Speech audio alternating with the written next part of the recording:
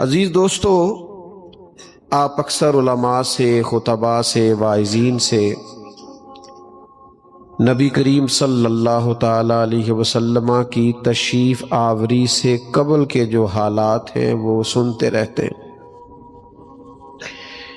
بچیاں زندہ درگور ہوتی تھیں، عورتوں پہ ظلم ہوتا تھا۔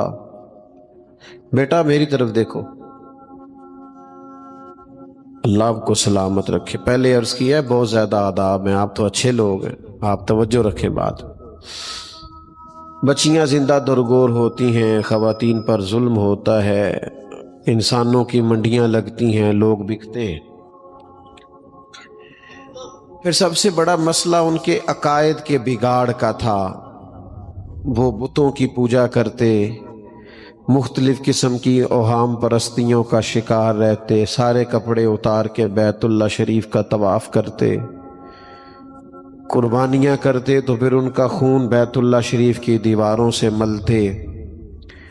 بے پناہ خرابیاں، کوتاہیاں اور کمزوریاں عرب کے معاشرے میں پائی جاتی تھی،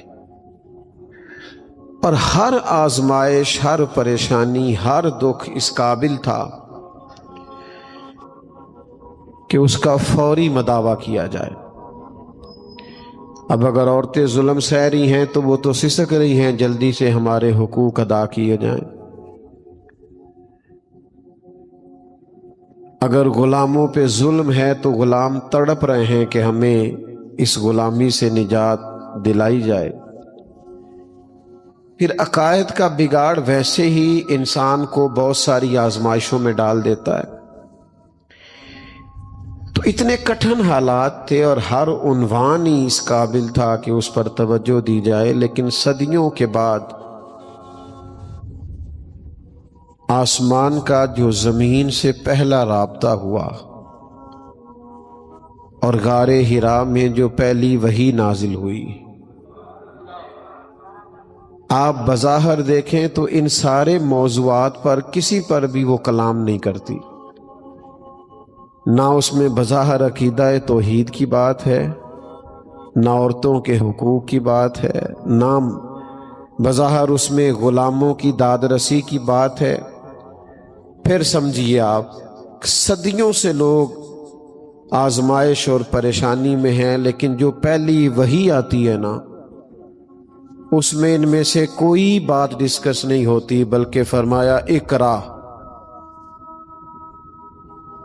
پڑھو، اقرا بسم ربک الذی خلق، پڑھو اپنے رب کا نام لے کر جس نے پیدا کیا ہے، پڑھو۔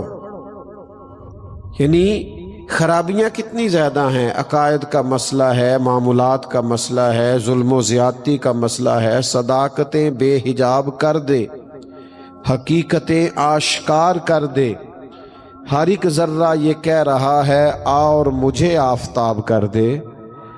بڑے سنگین مسائل تھے، ہر مسئلہ ضروری تھا، لیکن صدیوں کے بعد جو پہلا رابطہ ہوتا ہے تو اس میں پہلا حکم یہ ہوتا ہے، پہلی نصیحت یہ ہوتی ہے، اقرا، پڑھو۔ اس کا ایک ہی مطلب سمجھ میں آتا ہے کہ پڑھو گے تو عقیدے بھی ٹھیک ہو جائیں گے، پڑھو گے تو عورتوں کے حقوق کی بھی سمجھ آ جائے گی، جب پڑھو گے تو مظلوموں پر ظلم سے باز آؤ گے، جب پڑھو گے تو غلاموں کے حق تمہیں یاد آئیں گے۔ تمام مسائل کا ایک ہی حل بتایا، پڑھو، تعلیم حاصل کرو، لیکن تعلیم وہ والی حاصل کرنا جو تمہارے رب کے نام سے شروع ہوتی ہے۔ قرآن و سنت کی تعلیم پڑھو، سنت و حدیث کو پڑھو، تاکہ تمہارے سارے معاملات درست ہو جائیں۔ بعض اوقات نا کسی کمرے میں اندھیرا ہو نا، اس میں بہت سارے موذی جانور جمع ہو جاتے ہیں، کھٹمل بھی آ گیا، بچھو، سانپ بھی آ گیا، اس کے اندر چھپکلیاں بھی آ گئیں، اس میں بہت سارے موذی جانور جمع ہو گئے۔ اب آپ اس اندھیرے والے کمرے میں وہ جانور مارنا چاہیں گے تو وہ مریں گے نہیں، ہو سکتا ہے الٹا نقصان دے۔ آپ چھپکلی کو مارنے لگے تو سانپ ڈس لے، آپ بچھو کے قریب جانا چاہیں تو کوئی اور موذی جانور آپ کو کاٹ لے۔ بہت سارے جانوروں کو اندھیرے میں مارنا مشکل ہوتا ہے، اس کا ایک ہی حل ہے، آپ کمرے میں لائٹ جلا دیں، کمرے میں روشنی کر دیں، آپ روشنی کر دیں، شاید آپ کو جانور مارنے ہی نہ پڑے، ویسے ہی بھاگ جائیں گے۔ یہ دنیا میں جتنے بھی اندھیرے ہیں نا، ان سب کا ایک ہی حل ہے کہ آپ علم کی روشنی کر دیں، آپ روشنی پھیلا دیں۔ یہ جب علم آ گیا نا، علم کتاب و سنت کا علم جب آ گیا تو اخلاق سنورنے لگتے، کردار بدلنے لگتے، تربیت ہونے لگتی ہے۔ آپ نے کبھی زندگی میں تجربہ کیا ہوگا کہ آپ نے دین کا کوئی مسئلہ سنا ہوا ہونا، کبھی جمعے میں کسی محفل میں یا کسی عالم کی صحبت میں کبھی کوئی مسئلہ سنا ہوا تھا، وہ بات آپ نے سنی تھی، آپ کو یاد تھی،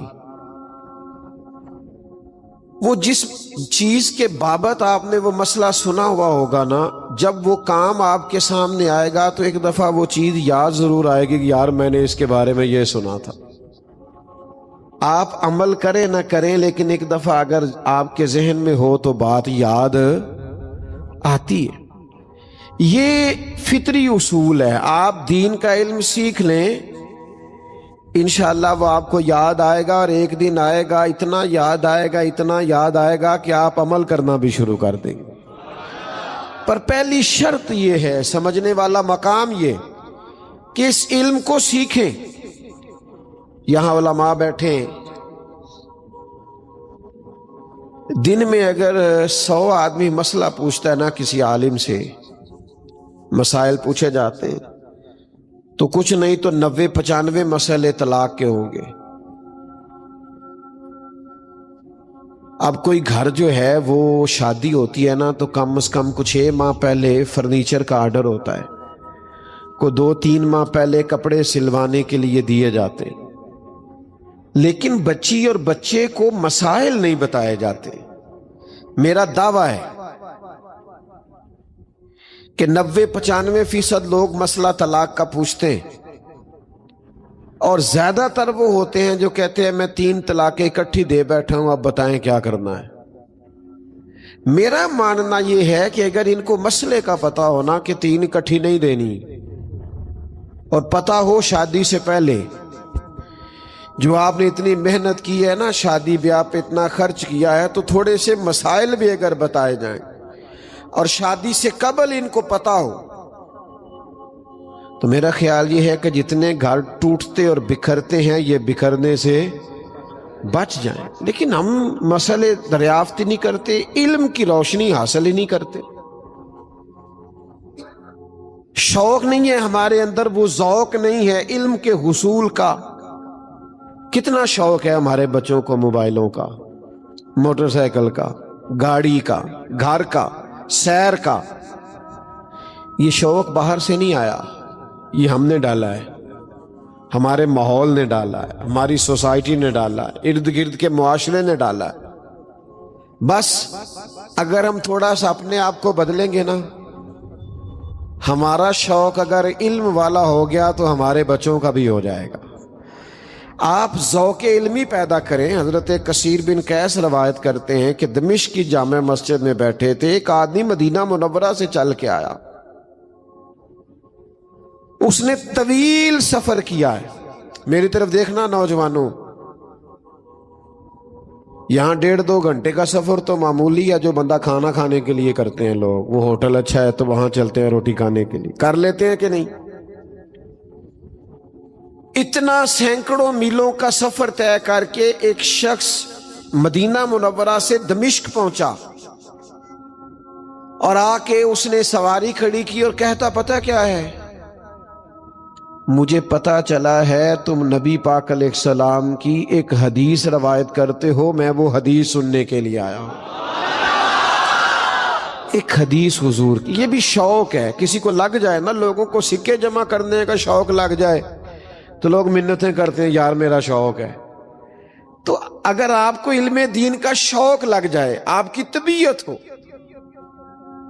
آپ کا ذوق ہو. امام بخاری رحمت اللہ علیہ نے عمر لگا دی، شدید تکالیف اٹھائی، یہاں تک ایک دن فرمانے لگے مالک تیری زمین تو بڑی وسیع ہے پر مجھ پر تو تنگ ہو گئی، مہربانی فرما. لیکن عمر ساری گزار دی احادیث کو جمع کرنے میں. تو آپ کو اور بڑے شوق ہیں تو یہ شوق بھی تو پیدا کرے نا کہ میں نے ایک آیت سیکھنی ہے، اس کا ترجمہ سیکھنا ہے، ایک حدیث پاک سیکھنی ہے، اس کا معنی سیکھنا ہے، میں نے روز فقہ کا ایک مسئلہ سیکھنا ہے، فقہا بزرگان دین کی خدمت میں بیٹھنا ہے. یہ شوق پیدا کریں. ایک دعا بتاؤں آپ کو جو حضور نے دی ہے،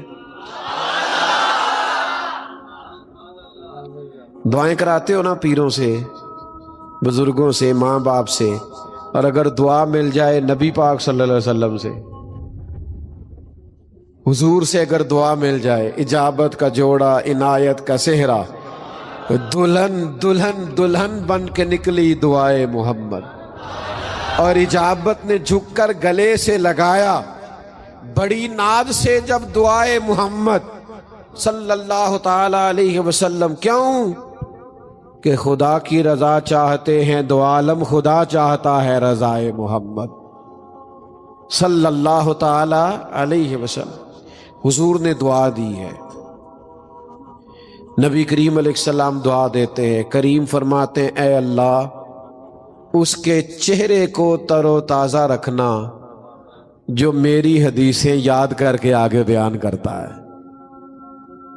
یہ کتنی عظیم دعا ہے. تو علم دین کا شوق پیدا کریں.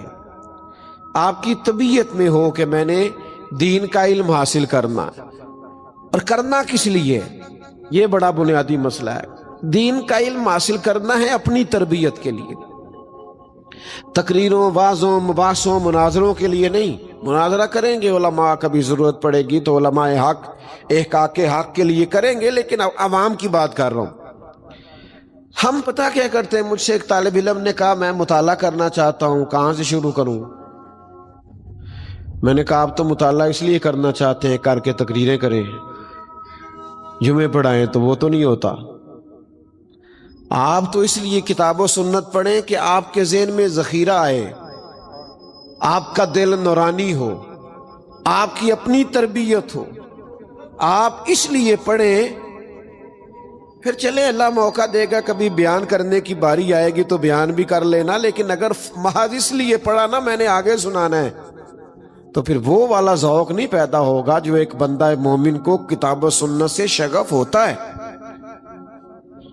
پڑھنا کس لیے؟ اس لیے کہ ہماری تربیت ہو، ہم عمل کریں، پڑھ کے عمل کریں. پرانے لوگ کوئی چیز سیکھتے تھے پھر اس پر عمل کرتے تھے. حضرت انس بن مالک رضی اللہ تعالیٰ عنہ فرماتے ہیں ایک صحابی اپنا گھر بنا رہے تھے اور چھتوں تک پہنچ گیا تھا، گھر دیواریں بلند ہو گئی تھی. تو میں ان کے قریب سے گزرا، میں مسجد میں نماز کے بعد بیٹھ گیا سرکار کی عالی مرتبت بارگاہ میں، اور وہ آ گئے تھے نماز کے فوراً بعد. میں ان کے قریب سے گزرا تو السلام علیکم کہا تو وہ مجھ سے فرمانے لگے کہ آپ مسجد میں بیٹھ گئے تھے، میں تو آ گیا تھا، کوئی نئی آیت تو نہیں نازل ہوئی؟ تو میں نے کہا ایک آیت میں سن کے آیا ہوں نا. کہا وہ کون سی؟ فرمایا اللہ فرماتا ہے اقترب للناس حسابهم وهم فی غفلۃ معرضون. لوگوں کے حساب کا وقت قریب آ گیا ہے پر وہ ابھی بھی غفلت میں منہ پھیرے ہوئے. فرماتے میں نے انہیں آیت سنائی اور میں آگے گزر گیا. مجھے پیچھے سے کچھ گرنے کی آواز آئی، میں نے پلٹ کے دیکھا تو وہ دیوار سے چھلانگ لگا کے نیچے آ گئے تھے. میں واپس ہوا، میں نے ان سے کہا مکان نہیں بنانا. کہنے لگے آپ نے ہی تو کہا ہے قیامت کا حساب کا وقت قریب آ گیا ہے، ابھی آپ نے آیت سنائی ہے تو میں اب آخرت کی تیاری کروں گا.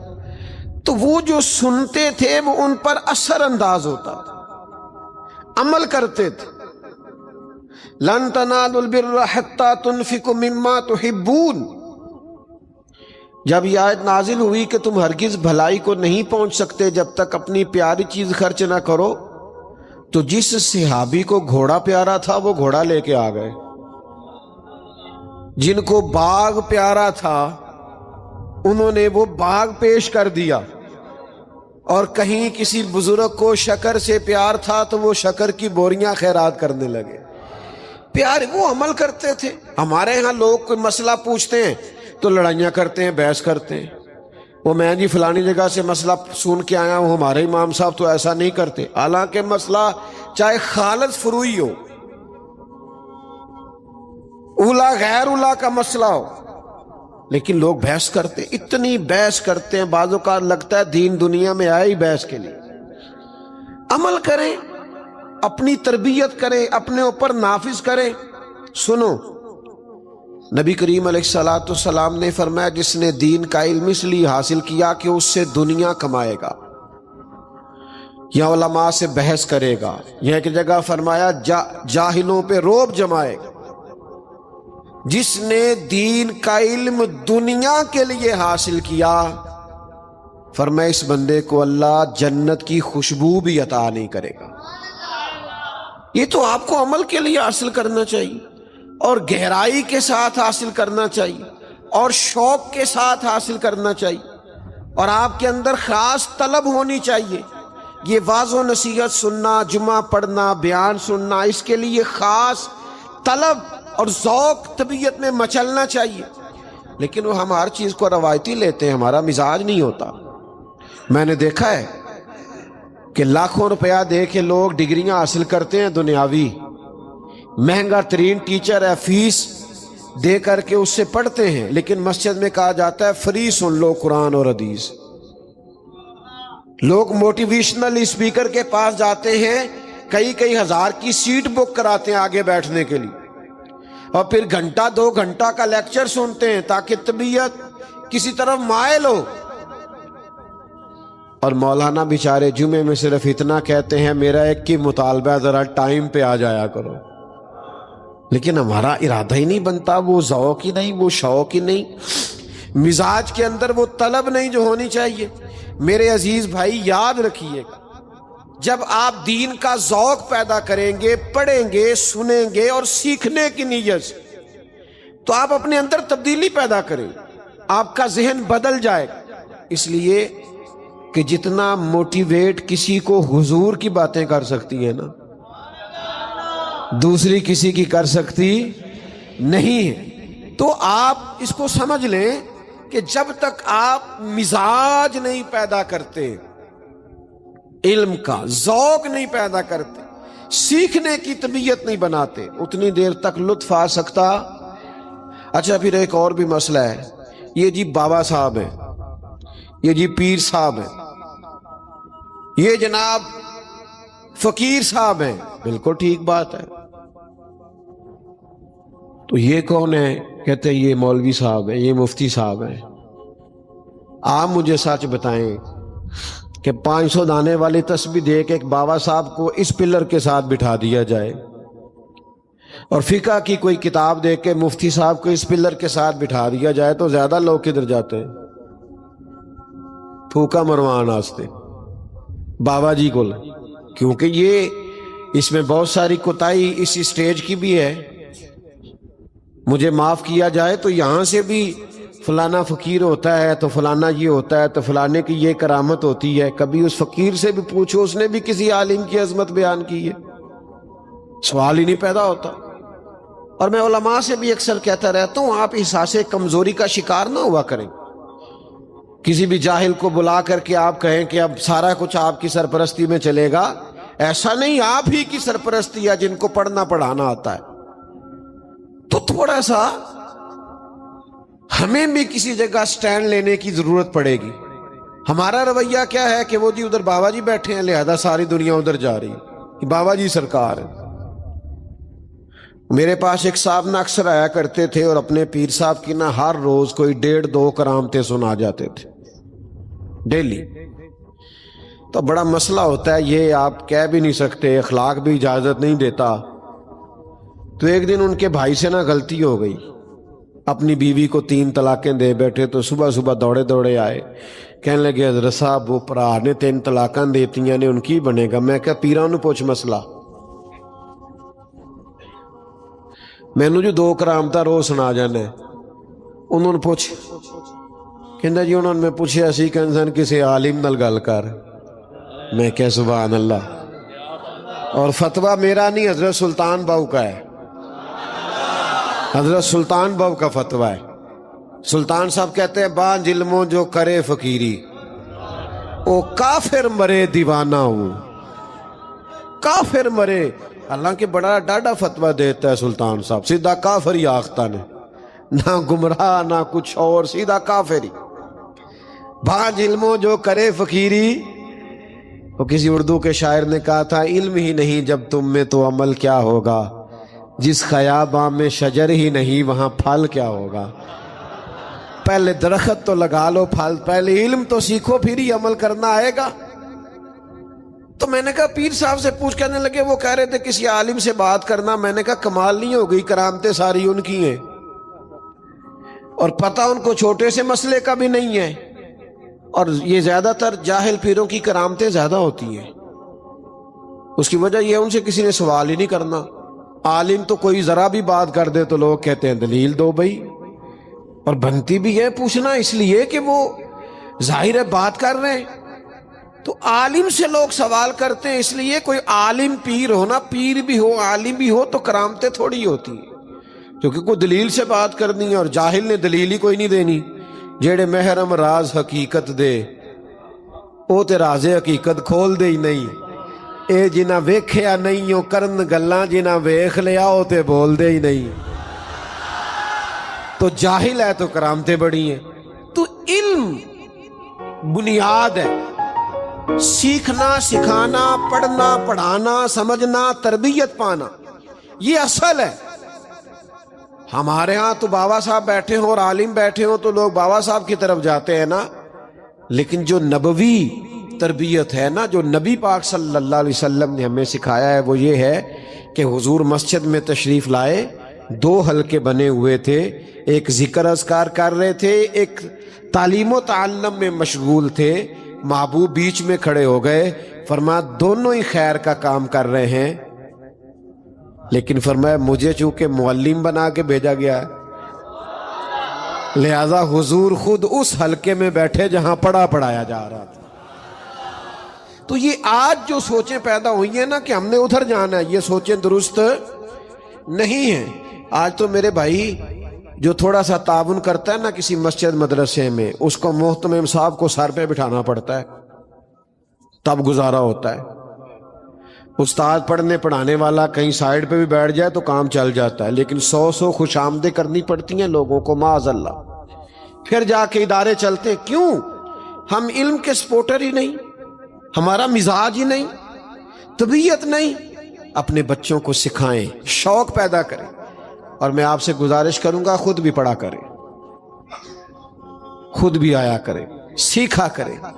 لوگ آتے ہیں نا مدارس میں بچے داخل کرانے، تو مجھے تو تجربہ ہوتا رہتا ہے، باقی علماء کو بھی اور مدارس سے وابستہ لوگوں کو بھی تجربہ ہوگا، وہ آ کے کہتے ہیں یہ ہمارا بچہ داخل کر لے، ہماری بخشش کا سبب بن جائے گا۔ تو میں کہتا ہوں ابھی آپ کی 35 سال عمر ہے، آپ خود اپنی بخشش کے لیے کوشش کیوں نہیں کرتے؟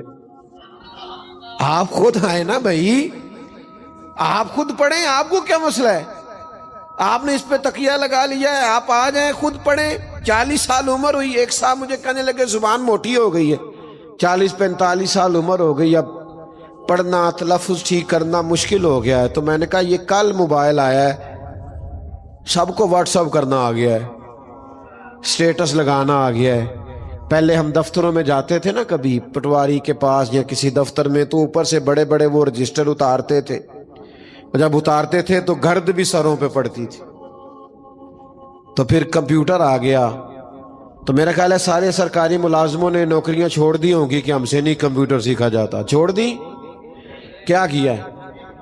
اللہ تہاڈا بھلا کرے۔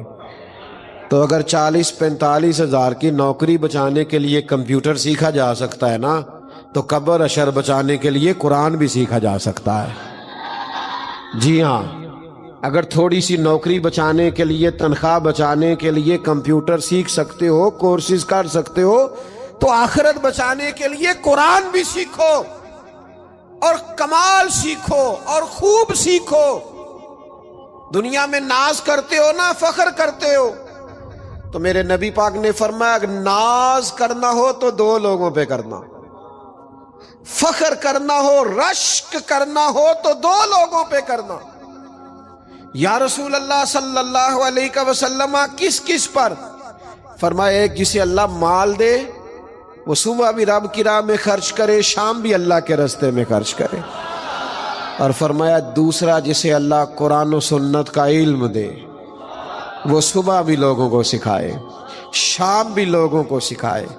فرمایا ناز کرو اس پر، ناز، فخر کرو۔ میرے دوستو، علم دین کو پڑھیے، علم دین سے وابستہ ہو جائیے، اور آخری بات آپ سے پتہ کیا کرنی ہے؟ مدارس کو اور دینی لوگوں کو سپورٹ کیا کریں۔ چندے کا اعلان نہیں کرنے لگا، اگرچہ وہ بھی آپ کو مدارس کے ساتھ ضرور بھی ضرور شامل ہونا چاہیے، لیکن ہمارے ہاں نا اتنا چندہ نہیں دیتے جتنی لوگ مخالفت کرتے ہیں۔ بھئی ابھی محفل ختم نہیں ہوئی، آپ اٹھ کے جا رہے ہیں پیچھے سے چند لوگ۔ ہمیں تو سوچا تھا کہ آپ کا بڑا پیار ہے ہم سے، آپ تشریف رکھیں جلدی سے۔ آپ ڈر گئے کہ پتہ نہیں مفتی صاحب مجھے چندے کا کہا ہے تو میں چندے کا اعلان کرنے لگا ہوں۔ مجھے نہیں اندازہ صاحب اتنا ڈرتے، ڈرے نہیں، مجھے نہیں کہا انہوں نے، نہ میں کرنے لگا ہوں۔ میں تو ایک اپنے دل کی بات آپ سے شیئر کرنے لگا ہوں کہ آپ اداروں کے ساتھ تعاون کریں، پلہ کون سا؟ اخلاقی تعاون کریں، اخلاقی تعاون کریں، اداروں کو سپورٹ کریں۔ آج کسی چوک میں جا کے، چوراہے میں جا کے کہہ دینا کہ یار آج بڑا مزہ آیا، وہاں اتنے بچوں کی دستار ہوئی ہے۔ 2 4 5 لوگ جو نہیں آئے ان کو بتانا نا، جا کے سپورٹ کرو نا اپنے مدارس کو۔ آپ تھوڑا تھوڑا شاباشی کا مزاج بناؤ نا، آپ کبھی خود آؤ نا ادارے میں۔ یہ لوگ جو بیچارے اپنی مدد آپ کے تحت سادی بلڈنگوں میں بیٹھ کر کتاب و سنت کی ترویج کر رہے ہیں، تو آپ ان بہادر لوگوں کو ہی اخلاقی سپورٹ تو کریں نا، اتنا تو کریں نا کہ کم از کم جو بلا وجہ ضد بنائے بیٹھے ہیں، مخالفتیں کرتے ہیں، ان کو تو سمجھائیں نا۔ میں نے دیکھا ہے اساتذہ بڑی محنت کرتے ہیں۔ یہ حفظ یہاں ہوا ہے نا، حفظ کا استاد فجر سے 2-1.5 گھنٹہ پہلے اٹھتا ہے، ایک کلاس فجر سے پہلے لگتی ہے، فجر کے بعد لگتی ہے، ناشتے کے بعد لگتی ہے، 11 بجے تک لگتی ہے، زور سے عصر لگتی ہے، مغرب سے عشاء لگتی ہے۔ کون سا ٹیچر ہے جو اتنا پڑھاتا ہے؟ اتنی سخت مشقت ہوتی ہے شعبہ حفظ میں، بچوں کی بھی استادوں کی۔ آپ کبھی آ کے دیکھیں تو صحیح، باہر بیٹھ کے باتیں کرنا مقدر سکندر کا دیکھو پیاس سے چلے جا رہے ہیں کنارے کنارے۔ تو بھائی یہ محنت اور مشقت کا کام ہے۔ اخلاقی سپورٹ اپنے اداروں کی ہر وقت کریں، ہر صورت کریں۔ یہاں آج آپ نے جو خوبصورت منظر دیکھا ہے، مجھے امید ہے، اور باقی مدارس میں بھی جو آپ دیکھتے ہوں گے، مجھے امید ہے آپ کا دل ٹھنڈا ہوا ہوگا، اور آپ کی خواہش ہوگی کہ اللہ کرے اسی طرح بچے کتاب و سنت سے آشنا ہوتے رہیں۔